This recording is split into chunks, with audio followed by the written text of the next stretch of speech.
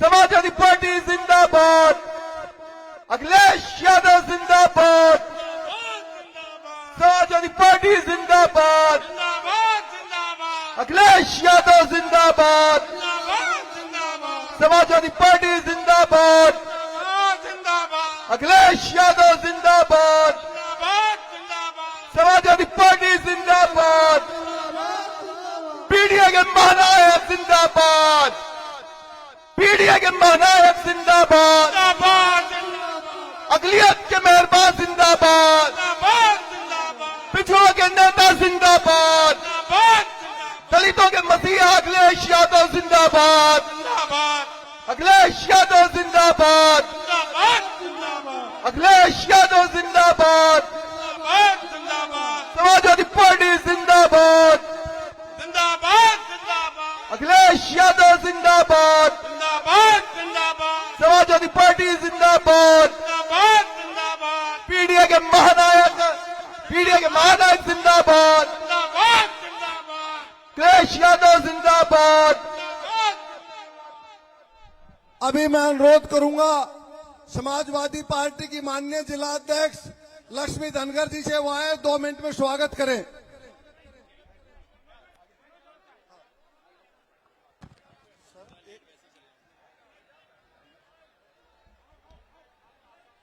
नमस्कार, माननीय राष्ट्रीय अध्यक्ष जी, आपका स्वागत है खैर विधानसभा अलीगढ़ में।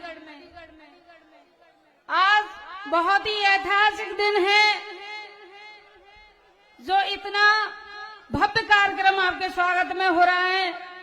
आपने जो प्रत्याशी दिया है, ये सर्व समाज का प्यारा और पढ़ा लिखा और आदि आबादी की आवाज है, डॉक्टर चारू केन।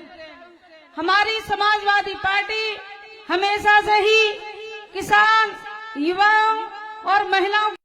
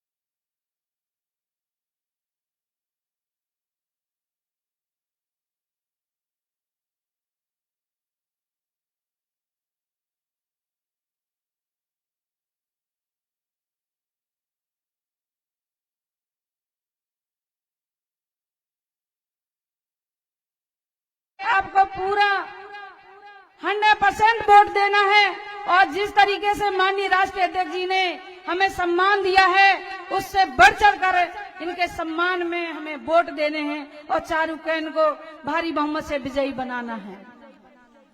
मैं आपकी बेटी हूँ, बहन हूँ, तो कमजोर कतई नहीं हूँ। मेरे हाथ चूड़ी पहनने वाले जरूर हैं, परंतु आपके हक अधिकार के लिए ये तलवार भी उठा सकते हैं। मैं नारी नहीं चिंगारी हूँ, मैं अबला नहीं, मैं सबला हूँ। बहुत बहुत धन्यवाद, बहुत बहुत आभार आप सबका। धन्यवाद अध्यक्ष जी। अब मैं अनुरोध करूंगा यहाँ की लोकप्रिय प्रत्याशी डॉक्टर चारू केन जी से, वो आके जनता को संबोधित करें।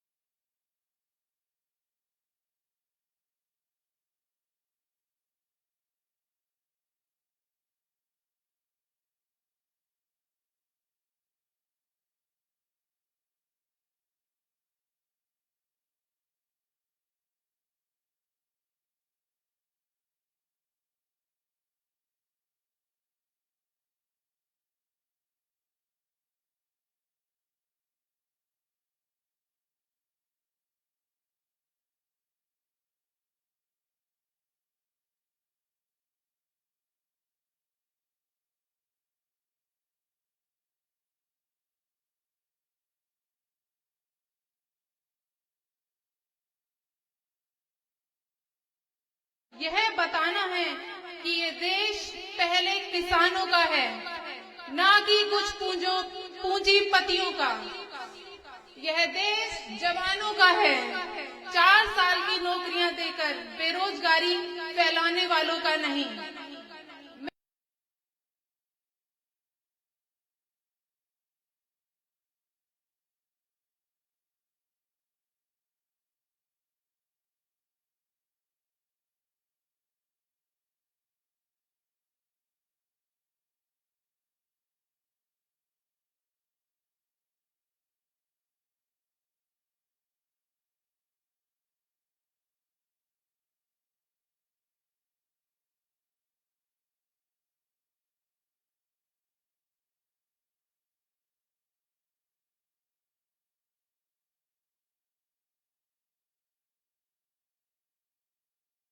मेडल लाने के बाद भी सड़कों पर घसीटा जाता है। आखिर कब तक हम बीजेपी सरकार के जुमलों में फंसे रहेंगे? कब तक आप खैर और जट्टारी में लगने वाले रोज जाम से संघर्ष करते रहेंगे? कब हमें इस खैर क्षेत्र में एक ट्रॉमा सेंटर या सरकारी अस्पताल मेरे बुजुर्गों के लिए, गर्भवती महिलाओं के लिए मिलेगा? आप सभी इस उपचुनाव में विकास के लिए वोट कीजिए, अपने स्वाभिमान के लिए वोट कीजिए, आपके साथ हुई घोर बेईमानी के लिए वोट कीजिए और बदला लीजिए।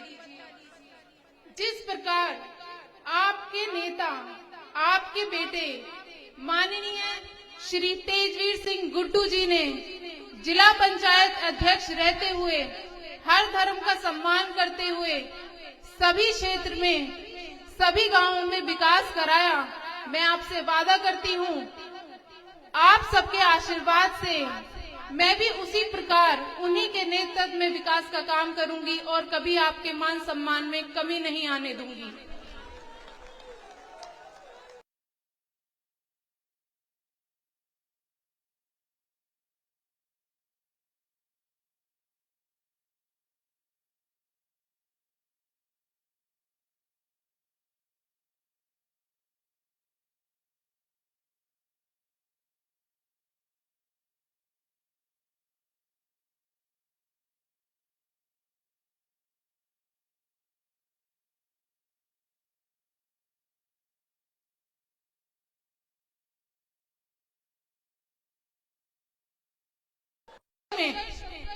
मैं चाहती हूँ मेरे साथ खैर का हर बुजुर्ग पिता बनकर, भाई बनकर, मेरी माता बनकर, बहन बनकर इस संघर्ष में मेरा साथ दें और मुझे आशीर्वाद दें।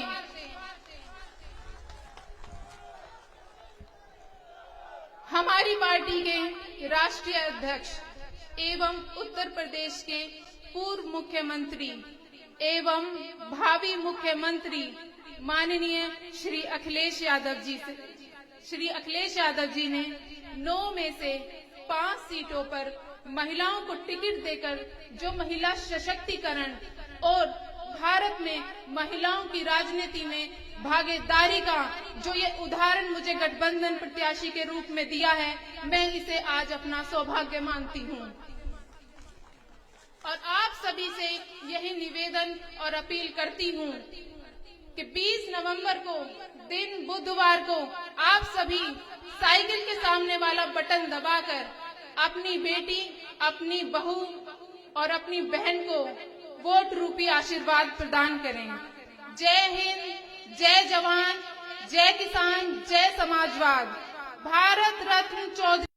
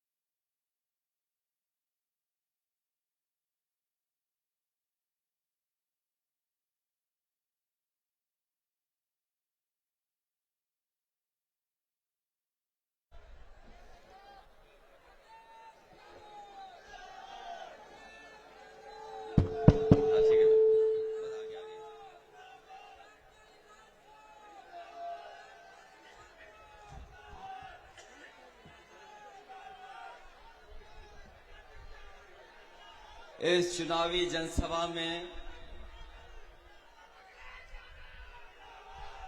और इस चुनावी जनसभा के हमारे अध्यक्ष आदरणीय चौधरी बजेंद्र सिंह जी,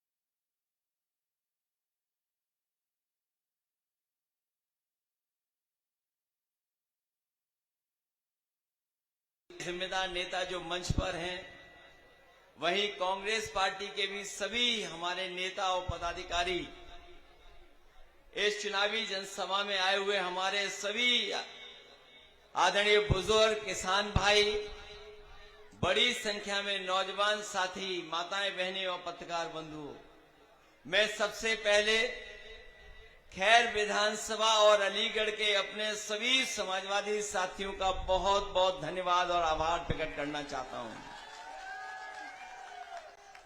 मैं देख रहा हूं जहां उपचुनाव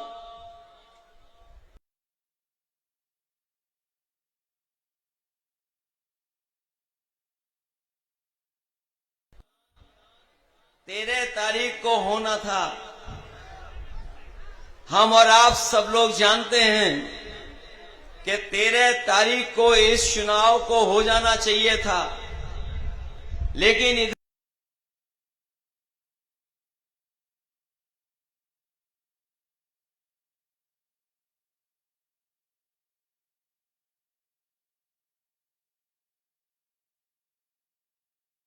भी बढ़ा ली थी और जो हमारे दूसरे प्रदेशों में रहते हैं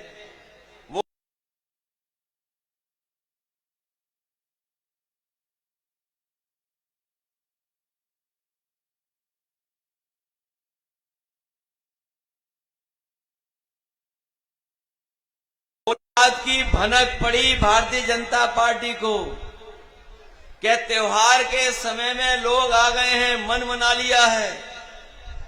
उन्हें जैसे ही भनक पड़ी, उन्होंने चुनाव की तारीख बदल दी, तारीख टाल दी।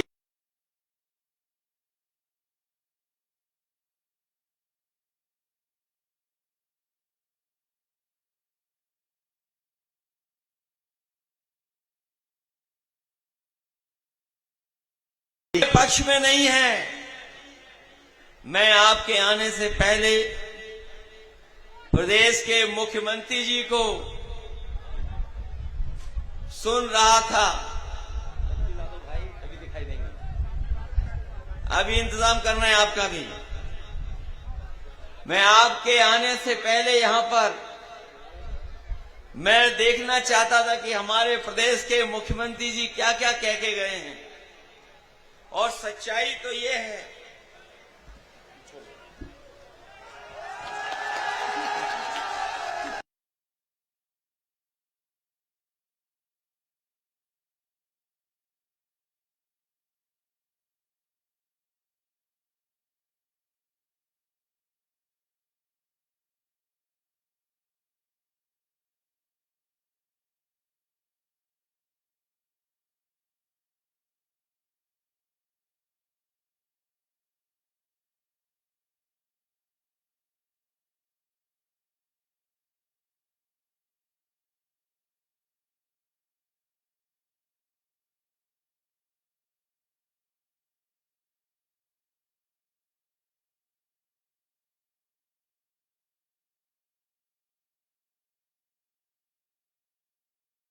नारा दिया है।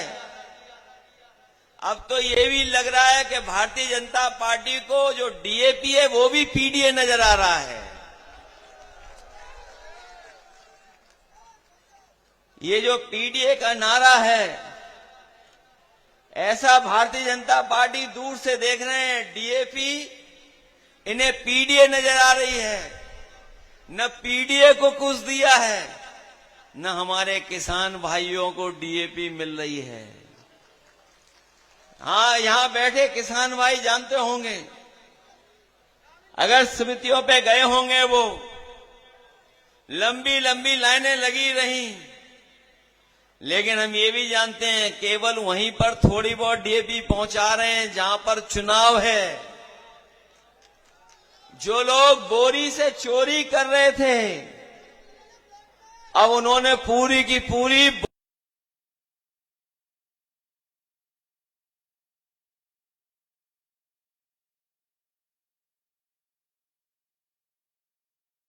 डीएपी की बोरी ब्लैक में खरीदनी पड़ रही है।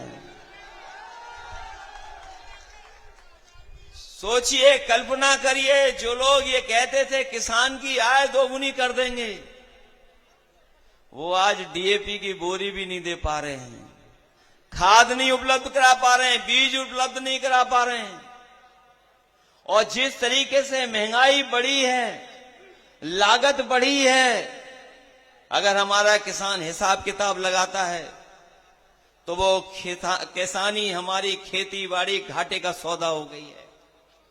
आज की महंगाई में जो सरकार को इंतजाम करना चाहिए था, सस्ता डीजल, सस्ती खाद, सस्ता कीटनाशक दवाई और कम से कम खरीदने का ऐसा इंतजाम करते कि किसान की पैदावार अगर तैयार हो जाती तो उसको कीमत इतनी देते जिससे उसके घर परिवार में खुशहाली आ जाती।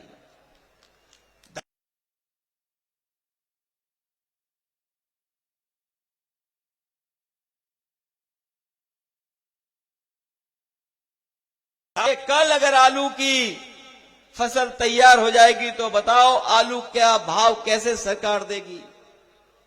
न केवल आलू का भाव में धोखा होने जा रहा है किसानों को, बल्कि हमारा किसान ये भी जानता होगा कि बिजली कितनी महंगी ले पा रहा है। आज बिजली भी महंगी है, जितना भी खाने पीने का सामान या सामग्री बाजार से किसान ले रहा है सब महंगा है। डीजल पेट्रोल तो है ही, लेकिन जीएसटी ने भी सब चीजें महंगी कर दी। महंगाई की मार गरीब पर तो पड़ी है, लेकिन सबसे ज्यादा महंगाई की मार हमारे किसानों पे पड़ रही है। जो लोग कहते थे कि रुपया और डॉलर का हम तालमेल बना देंगे, हम डॉलर की कीमत नहीं बढ़ने देंगे, उनसे पूछिए बाजार में सोने की कीमत क्या है। सोने की कीमत कहां पहुंचा दी। आज अगर किसी गरीब परिवार के किसी बेटी की शादी है तो अगर वो जेवर भी लेने जाएगा तो पैसे ज्यादा दे करके आएगा, जेवर कुछ मिलेगा ही नहीं उस पैसे में। आप याद कीजिए 2014 में ये सोने से लेकर के और चीजों की कीमत क्या थी और आज कीमत क्या है। महंगाई बढ़ा दी, और ये महंगाई इसलिए बढ़ी है क्योंकि बीजेपी के लोग मुनाफा कमाना चाहते हैं, मुनाफा कमाना चाहते हैं। याद रखना, जब ये लोग मुनाफा कमाएंगे तो महंगाई अपने आप बढ़ जाएगी, और बीजेपी के लोग जानबूझ करके अपने उद्योगपति मित्रों को ये ज्यादा मुनाफा कमाना देने का मौका दे रहे हैं। इसीलिए आज हमें महंगाई का सामना करना पड़ रहा है। महंगाई का सामना इसीलिए, जहां एक तरफ किसान दुखी है, वहीं हमारे नौजवानों को हम जानते हैं सड़कों पर दौड़ करके वो तैयारी करते थे अपनी भर्ती की। हजारों की संख्या में नौजवान सवेरे उठ करके खेतों से लेकर के सड़कों पे दौड़ा करते थे। हमने वो समय भी देखा है कि अगर पक्की सड़क है, ट्रैफिक है कि नहीं है, लेकिन वो अपनी जान की परवाह नहीं करता था, तब भी सड़क पर वो तैयारी करता था फौज में भर्ती के लेकर के। लेकिन आज फौज की भर्ती जिस तरीके से होती थी वो नहीं हो रही है। हम अपने तमाम नौजवानों से कह करके जा रहे हैं, लोकसभा में भी कहा आपसे, और जिन साथियों ने लोकसभा में सुना होगा वो लोग भी जानते होंगे कि समाजवादी पार्टी ने कहा है कि जब भी समाजवादियों को मौका मिलेगा ये अग्निवीर जैसी व्यवस्था हमेशा हमेशा के लिए खत्म करने का काम करेंगे। अग्निवीर व्यवस्था हम लोग कभी स्वीकार नहीं कर सकते। और हमारे नौजवानों ने तो पढ़ा होगा, उन्हें जानकारी भी होगी, वो इसलिए करना चाहते हैं कि सरकार का खजाना ज्यादा न लग जाए, हमारा बजट ज्यादा न लग जाए, इसलिए बजट की कटौती कर रहे हैं। सोचिए, जो लोग देश की सुरक्षा की सीमाओं पर जो हमारा नौजवान खड़ा होता है इसलिए भर्ती नहीं कर रहे क्योंकि उन्हें बजट कट करना है। हम ऐसी सरकार को कभी स्वीकार नहीं कर सकते, चाहे बजट कितना भी खर्च हो जाए। अपने नौजवानों को पक्की वर्दी और पक्की फौजी की नौकरी दिलाने का काम हम समाजवादी लोग कराएंगे। ये नौकरियों को लेकर के समय समय पे बीजेपी के लोग बड़ी साजिशें करते हैं, समय समय पर ऐसे फैसले लेते हैं जिससे नौजवानों को नौकरी न देनी पड़े। हमारा नौजवान नौकरी नहीं पाएगा, रोजगार नहीं पाएगा, तो इनके जो उद्योगपति मित्र हैं वो कम पैसे में नौजवानों को रोजगार दे देंगे। इसलिए जानबूझ करके साजिश करते हैं जिससे नौजवानों को नौकरी न देना पड़े। अभी हाल ही में आपने देखा होगा, तमाम पढ़े लिखे नौजवान जिन्हें अधिकारी बनने का मौका मिलना था वो धरने पर बैठ गए, और धरने पर तब तक बैठे रहेंगे जब तक सरकार उनकी मांगे स्वीकार नहीं करेगी। अभी तो आधी मांगे स्वीकार की हैं। आप याद रखना, यही सरकार है जिसने अभी आधा फैसला बदला है। ये नौजवान जब सड़कों पे आएगा, धरने पर बैठा हुआ है, वो तभी हटेगा जब उसकी मांगे पूरी हो जाएंगी, उससे पहले नौजवान हटने वाला नहीं। मैं अपने नौजवान किसानों के साथ साथ नौजवानों को भी बधाई देता हूं कि जब कभी भी आंदोलन हुआ है, यहां के लोगों ने हमेशा आंदोलनों में हिस्सा लिया है, आंदोलनों को सफल बनाने का काम किया है। किसानों का आंदोलन हुआ, बड़े पैमाने पे किसान भाइयों ने जुड़ करके सरकार को झुकाने का काम किया, और जिस समय सरकार को पता लग गया कि किसान नाराज हैं, उन्हें अपने काले कानून वापस लेने पड़े। और हमें याद है वो समय जब हमें सड़क बनानी थी, हम लोगों ने किसी किसान पर लाठी नहीं चलने दी। किसानों की मांगों को लेकर के हम लोगों ने चर्चा की, और चर्चा ऐसी कर करके फैसला लिया कि हम लोगों ने सर्किल रेट के बढ़ा करके उन्हें 4 गुना मुआवजा दिया। उसका परिणाम यह हुआ कि कभी भी किसान को आंदोलन पे नहीं बैठना पड़ा। हमें 323 किलोमीटर की सड़क बनाई, लेकिन एक जगह भी किसान आंदोलन नहीं करा। ऐसा काम समाजवादी लोगों ने कर करके दिखाया। यही अलीगढ़ है, यही टप्पल है जहां पर कभी समाजवादी लोगों ने साइकिल चलाई थी। बहुत से हमारे साथी जानते होंगे, यही टप्पल है। उस समय की सरकार ने न केवल किसानों के साथ अन्याय किया था, बल्कि जब हम समाजवादी लोग साइकिल चलाना चाहते थे, एक्सप्रेस वे पे हम लोगों को साइकिल नहीं चलाने दी थी। हम लोगों ने उसी दिन कहा था कि अगर साइकिल नहीं चलाने दे रहे हो तो आपकी सरकार चली जाएगी। हम लोगों ने उनकी कोई नहीं मानी, पुलिस के लोगों की, और हम लोग साइकिल लेकर के एक्सप्रेस वे चल करके यहां से मथुरा पहुंच गए थे। ये समाजवादियों ने इतना महत्वपूर्ण काम किया, उसका परिणाम ये हुआ कि साइकिल चलाने के बाद आपकी सरकार बन गई। और मुझे वो भी दिन याद है जब सरकार बनी तो एक किसान नेता थे जिन्हें जेल भेजा गया था। एक किसान नेता थे तेवतिया, जिन पे न जाने कितने मुकदमे लग गए थे, झूठे मुकदमे लगे थे, जेल में थे। समाजवादी सरकार आई, न केवल उन्हें जेल से बाहर निकाला बल्कि उनके पूरे के पूरे केसों को वापस लेने का भी काम हम लोगों ने शुरू कर दिया था। जहां टप्पल से लेकर के अलीगढ़ वाली सड़क यही, जिसपे न जाने कितना ट्रैफिक था, कई घंटों में अलीगढ़ पहुंचते थे। समाजवादी सरकार बनी, इसको 4 लेन बना करके हम लोगों ने रास्ते को आसान बनाने का काम किया। ये हमारे मुख्यमंत्री जी हैं जो पीडीए की नई नई परिभाषा दे रहे हैं। पीडीए की तो परिभाषा दे रहे हैं, लेकिन डीएपी का फुल फॉर्म नहीं जानते हैं। पीडीए की तो नई नई परिभाषा है उनके पास, लेकिन डीएपी की परिभाषा नहीं जानते हैं। मुझे याद है हरदुआगंज में बिजली का कारखाना जो बड़ा लगा हुआ है, ये किसी की देन है तो समाजवादियों की देन है। और समाजवादियों ने वो बिजली का कारखाना इसलिए लगवाया था जिससे कि बिजली बने, न केवल उत्पादन बढ़े, हमारे किसानों को बिजली ज्यादा मिले और ज्यादा बिजली के साथ साथ उन्हें सस्ती बिजली मिले। ये इंतजाम अगर किसी ने किया था तो समाजवादियों ने किया। कारखाना तो चल गया, लेकिन अभी भी किसानों की बिजली सस्ती नहीं हुई है। और जब मुख्यमंत्री जी आए भी, आप रिकॉर्ड निकाल करके देख लेना, उस कारखाने का नाम नहीं लिया उन्होंने, उसका नाम नहीं ले पाए। वो पीडीए पीडीए तो बोल रहे हैं, लेकिन कभी बिजली के कारखाने का नाम अगर आपने लिया हो या सुना हो तो बता दो आप। वो जो बिजली का कारखाने का नाम ऐसा है कि अगर मुख्यमंत्री जी लेने चले गए तो हो सकता उसी पर अटक जाएं, इसलिए नाम नहीं ले रहे हैं। न केवल समाजवादियों ने सड़क बनवाई, बिजली का कारखाना लगवाया, बल्कि जो एम्बुलेंस गरीबों के पास गांव-गांव पहुंच रही वो भी समाजवादियों की देन है।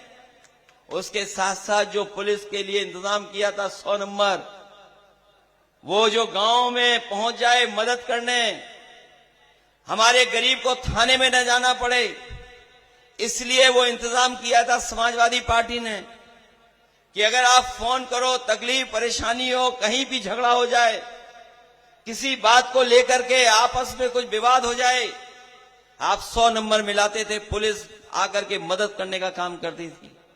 लेकिन जब से 100 नंबर से 112 हुआ है, हमारी पुलिस भी बदल गई है।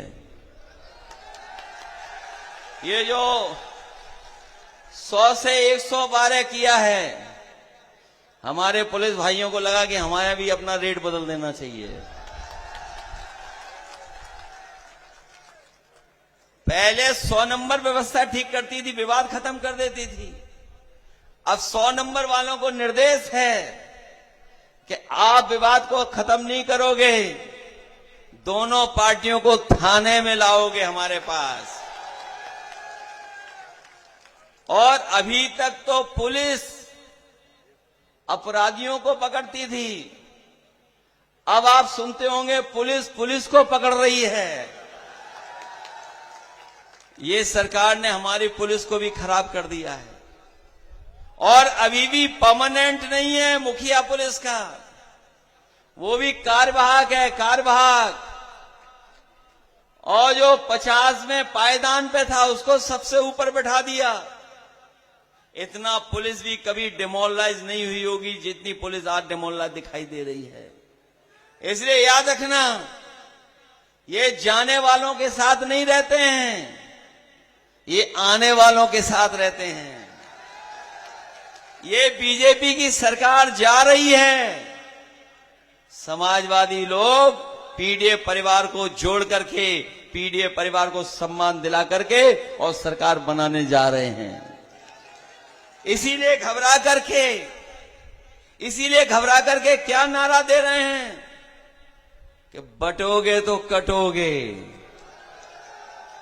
उन्हें पता होना चाहिए हमारा समाज और हमारे गांव के लोग सौहार्द पसंद लोग हैं। ये उनके नारे के चक्कर में नहीं पड़ेंगे। और ये नारा कभी सोचा कहां से इन्होंने सीखा है? ये नारा सीखा है अंग्रेजों से, जिन अंग्रेजों ने कभी डिवाइड एंड रूल का नारा दिया था और हमारे देश पर राज किया था।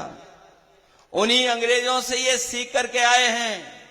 अंग्रेज तो चले गए, लेकिन उनके वचनवंशी अभी भी हमारे आपके बीच में हैं। उनके वचनवंशी तो है ही हैं, उनके विचारवंशी भी हमारे आपके बीच में हैं। अभी मैंने अखबार में एक अंग्रेजी के में पढ़ा कि जो लोग नकारात्मक सोच के लोग होते हैं वो जल्दी बूढ़े हो जाते हैं, वो बूढ़े हो जाते हैं, खुश भी नहीं रहते हैं, उम्र भी ज्यादा नहीं रहती है। ये नकारात्मक लोग हैं। ये जो एनडीए है इसके आगे ही एन लगा हुआ है, नेगेटिव नकारात्मक लोग हैं। ये जो इनका एनडीए है ये एन है, एन का मतलब नेगेटिव, एन का मतलब नकारात्मक लोग हैं। और पीडीए हमारा पॉजिटिव है, प्रोग्रेसिव है और जोड़ने वाला हमारा नारा है। हमारा नेगेटिव नारा नहीं है, हमारा नकारात्मक नारा नहीं है, हमारा पॉजिटिव नारा है, प्रोग्रेसिव नारा है। तभी हम लोगों ने अपने नौजवानों को आगे बढ़ने के लिए लैपटॉप देने का काम किया था। इतने साल हो गए हैं, लेकिन जिस घर परिवार के पास भी होगा वो अभी भी चल रहा होगा, अभी भी खराब नहीं हुआ होगा। इन्होंने लैपटॉप की नकल तो की, हम लोगों ने बड़ा दिया था लैपटॉप, इन्होंने छोटा कर लिया और उस पे उंगली चलाते रहो, घिसते रहो, चलता ही नहीं है,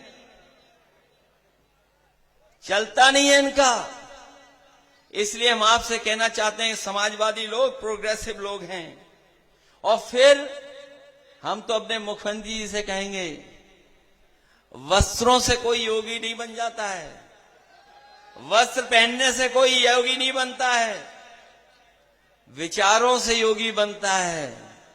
और ये कलयुग है, इसीलिए सब उल्टा पुल्टा हो रहा है।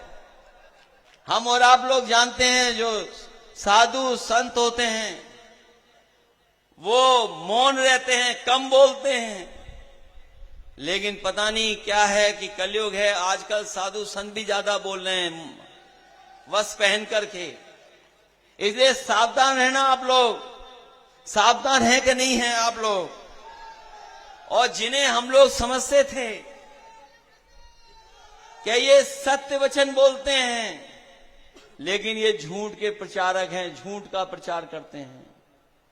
जो लोग जिनसे उम्मीद करते हैं कि सरकार चलाएंगे वो बुलडोजर चलाते हैं।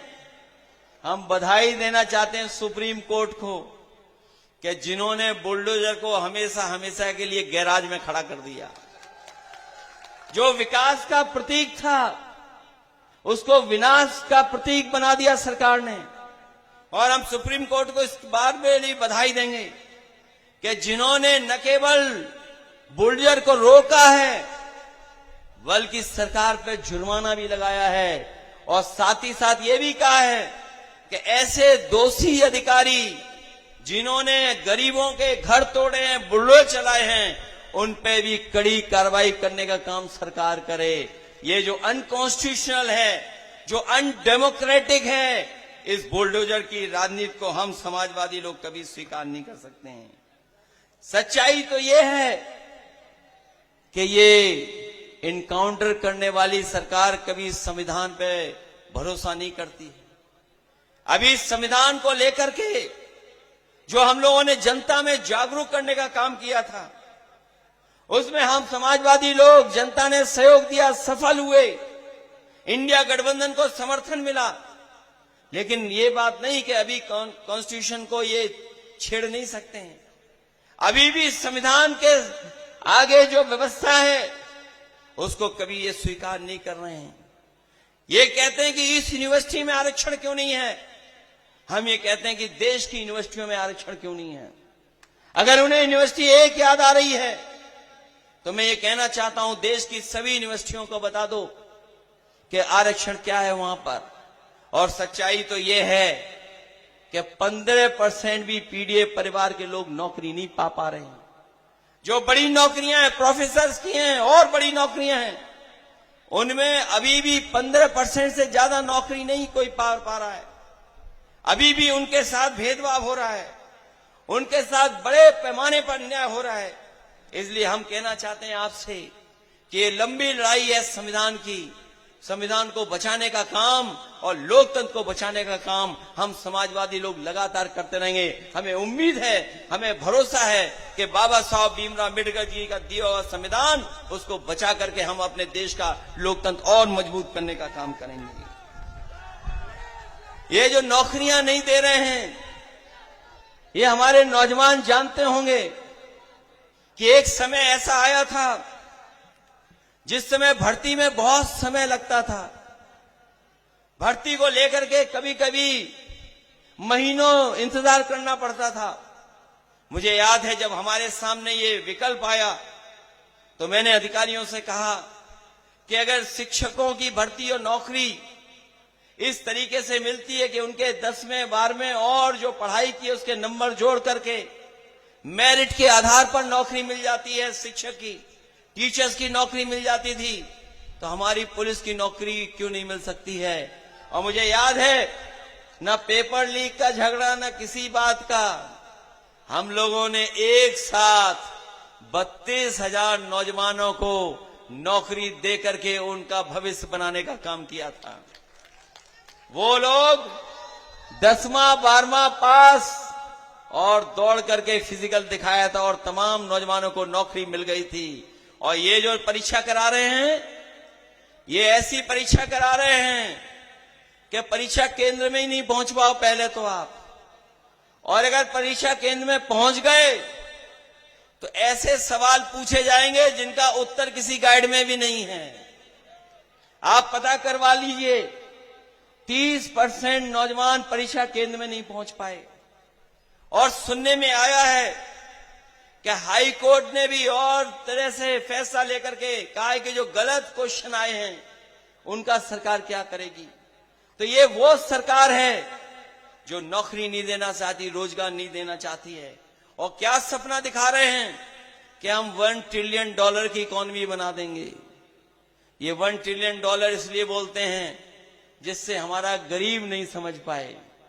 1 ट्रिलियन इसलिए बोलते हैं कि हमारा किसान नहीं समझ पाएगी 1 ट्रिलियन क्या है। कभी पूछिएगा बीजेपी वालों से कि ये 1 ट्रिलियन वाला नारा क्या है। अगर दिल्ली वाले कह रहे हैं 5 ट्रिलियन की, तो यूपी वाले कह रहे हैं कि 1 ट्रिलियन इकोनॉमी बना देंगे।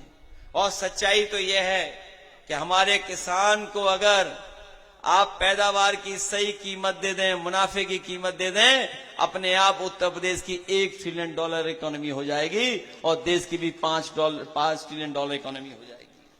आज जो सामने हमें करना पड़ रहा नौजवानों के सामने, पेपर लीक कराने वाले भी भाजपा वाले हैं, ये जो तारीख बदलने वाले हैं, टालने वाले, ये भी भाजपा वाले हैं, आरक्षण को मारने वाले भाजपा वाले हैं, और रिजल्ट अगर आ रहा है तो उसको भी लटकाने वाले भाजपा वाले हैं। और अगर सब परीक्षाओं से निकल जाए अगर नौजवान, तो कोर्ट में भी परिणाम उलझाने वाले अगर कोई हैं तो वो भारतीय जनता पार्टी के लोग हैं। इसलिए इस चुनाव में हम आपसे निवेदन और अपील करने आए हैं कि डॉक्टर चारू केन आपके बीच में हैं। ये डॉक्टर हैं, ये पढ़ी लिखी हैं, हमें पूरा भरोसा है कि आप सबका समर्थन इन्हें मिलेगा, आप सबका इनको सहयोग मिलेगा। ये पहले भी चुनाव लड़ चुकी हैं और इस बार समाजवादी पार्टी ने इन्हें मौका दिया है। पिछले चुनाव में आपने मदद की, आपने जिता करके भेज दिया। आपने न केवल अपनी विधानसभा से जिताया बल्कि लोकसभा भी आपने लगभग जिता दिया था। आपने जिताया लेकिन प्रमाण पत्र नहीं पा पाए हम लोग, प्रमाण पत्र नहीं मिला। और आपको याद होगा जो जीते सांसद हैं जब शपथ लेने गए थे तो हम लोगों ने क्या कहा था कि ये बेईमान है। लेकिन आपने वो भी देखा होगा जब बेईमान कहा तो वो मुस्कुरा रहे थे उसमें शपथ लेते समय। तो आप समझ गए होंगे बात। ये हमारा जीता हुआ चुनाव इन्होंने बदल दिया। और सच्चाई है कि अधिकारियों ने बदला, सरकार के दबाव में बदला। इसलिए आपको सावधान रहना पड़ेगा। और हम ये जानते हैं जहां जहां हमारे कार्यकर्ता और जनता मुस्तैदी के साथ खड़ी हो गई, वहां भारतीय जनता पार्टी परिणाम नहीं बदल पाई। इसलिए उपचुनाव है ये, इसमें गड़बड़ी नहीं कर पाएंगे, क्योंकि जाने वाली सरकार के साथ कोई खड़ा नहीं होता। वो भी जानते हैं कि महाराष्ट्र का चुनाव के बाद उत्तर प्रदेश की भी कुर्सी बदल जाएगी, छिन जाएगी।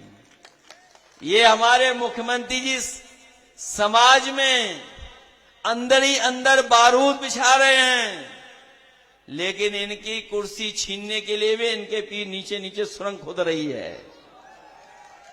ये जो बारूद बिछा रहे हैं इसीलिए बिछा रहे हैं कि उनकी कुर्सी भी खतरे में है। इसलिए अब कोई गड़बड़ी नहीं करने वाला है। ये चुनाव जीत का है, ये उपचुनाव संदेश देने का भी है 2027 का।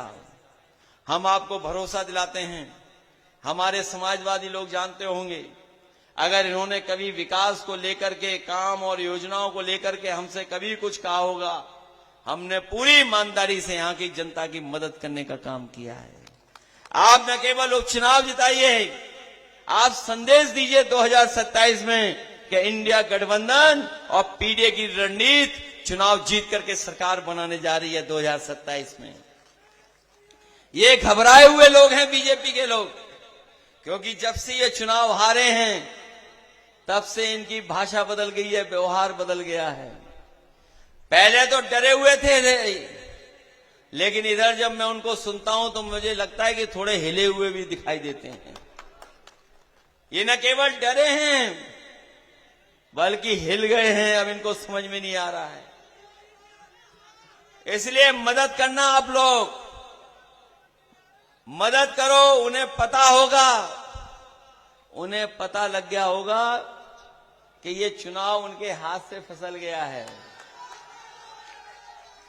और 3 बार जो हमारा साथी बता रहा है, इसी तरह 3 बार फैजाबाद भी गए थे, 3 बार गए फैजाबाद। तमाम विकास की योजनाएं, तमाम जाने क्या क्या जानकारी दी उन्होंने, लेकिन जब उन्होंने इंटरनल सर्वे कराया तो पता लगा कि वो जीतने नहीं हैं और फैजाबाद से दोबारा हारना नहीं चाहते थे। इसलिए जहां 10 चुनाव होने थे, केवल 9 ही चुनाव हो रहे हैं, 1 चुनाव उन्होंने टाल दिया। पहले फैजाबाद का चुनाव टाला, फिर 13 तारीख से 20 तारीख कर दिया चुनाव। ये टालने वाले चुनाव इस बार हार के जाएंगे, क्योंकि जनता इनके खिलाफ खड़ी दिखाई दे रही है। इसलिए मदद करना सब लोग। बताओ, आधी आबादी तो मदद कर रही है, आप लोग भी मदद करना। और हम समाजवादी लोग कभी किसी का साथ छोड़ने वाले नहीं हैं। आपने देखा होगा, जहां जिसके साथ रहे समाजवादी, हम समाजवादियों ने सम्मान देने का काम किया है। अगर कोई दल हमारे साथ गठबंधन में आया भी तो पूरी ईमानदारी के साथ हम लोगों ने उसका सहयोग, समर्थन और सम्मान बढ़ाने का काम भी किया है। ये अलग बात है कि कुछ लोग राजनीतिक परिस्थितियों में स्वार्थ के कारण हम लोगों को छोड़ के चले गए, दूर चले गए। लेकिन मनी मन वो भी जानते हैं कि कोई भी ज्यादा सहयोग और समर्थन और सम्मान बढ़ा सकता है तो वो केवल समाजवादी पार्टी और समाजवादी लोग हैं। इसलिए मदद करिए आप लोग सहयोग करिए हमारा। और ये उपचुनाव ऐसा चुनाव है जिससे न केवल उत्तर प्रदेश बल्कि देश में भी संदेश जाएगा। इसीलिए आपने देखा है, सब कामकाज छोड़ करके केवल उत्तर प्रदेश के बाई इलेक्शन लड़ रहे हैं। और ये जो बटोगे और जो नारा दिया इन्होंने, ये नारा कहीं नहीं चल रहा है। हमारा साथी सही कह रहा है कि यहां पे आ रहे होंगे, क्योंकि महाराष्ट्र के लोगों ने मना कर दिया कि हमारे यहां प्रचार के लिए मत भेजो। वो तो आपने देख लिया होगा, वहां के नेता कह रहे हैं मत भेजो हमारे यहां, इन्हें वहीं रखो अपनी जगह पर। ये अपनी कुर्सी बचाने के लिए बार बार भाग रहे हैं और इनके सहयोग समर्थन में भी कोई नहीं है, कोई समर्थन में नहीं है। इसलिए मदद करिए इस चुनाव में और साइकिल चुनाव चिन्ह को आप मदद करके डॉक्टर चारू कैन को अच्छे वोटों से जिता करके भेजना। मैं आपको भरोसा दिलाता हूं, जब कभी भी सरकार में होंगे, हमारी प्राथमिकता किसान होगी, हमारी प्राथमिकता नौजवान होगी, हमारे किसानों की आय बढ़े और हमारे नौजवानों को नौकरी और रोजगार मिले। उस दिशा में हम लोग उत्तर प्रदेश और देश को आगे ले जाने का काम करेंगे। जब हमारा किसान और नौजवान मजबूत होगा, तभी हमारा समाज और देश मजबूत दिखाई देगा। हमें पूरा भरोसा है अपने यहाँ के लोगों पर कि इस बार डॉक्टर चारू को ऐतिहासिक वोट देकर के उन्हें विधानसभा में पहुंचाने का काम करेंगे। और हम आपको ये भी भरोसा दिलाते हैं कि हमें अगर मदद करनी पड़ेगी तो हम आपकी पूरी मदद करेंगे। वहीं हमें जानकारी मिली है कि हमारे अहेरिया समाज के लोगों का बहुत दिनों से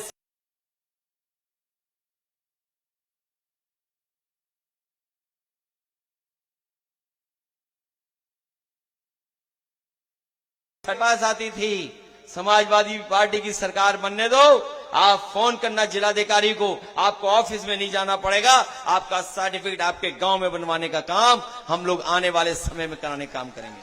बहुत बहुत धन्यवाद, बहुत बहुत आभार प्रकट कर रहे हैं। और धनगर समाज का भी हम लोग याद होगा साथियों को, ये समाजवादी पार्टी ने ही बनवाना शुरू किया था।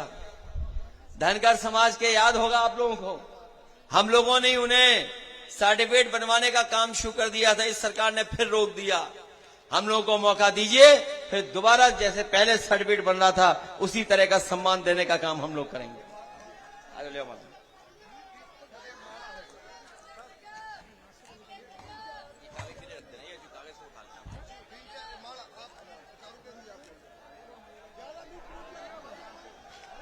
मैं आज की सभा का समापन करते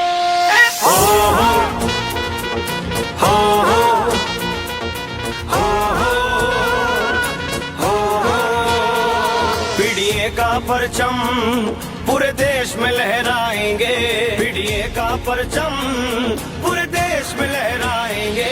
अपनी अपनी अपनी अपनी सरकार बनाएंगे, अपनी अपनी अपनी अपनी सरकार बनाएंगे। अरे रहा नहीं वो वक्त पुराना पुराना, अब पीडीए ने मिलकर ठाना। अरे रहा नहीं वो वक्त पुराना, अब पीडीए ने मिलकर ठाना। अब तक वारा की बनवाई, अब अपनी सरकार बनाएंगे।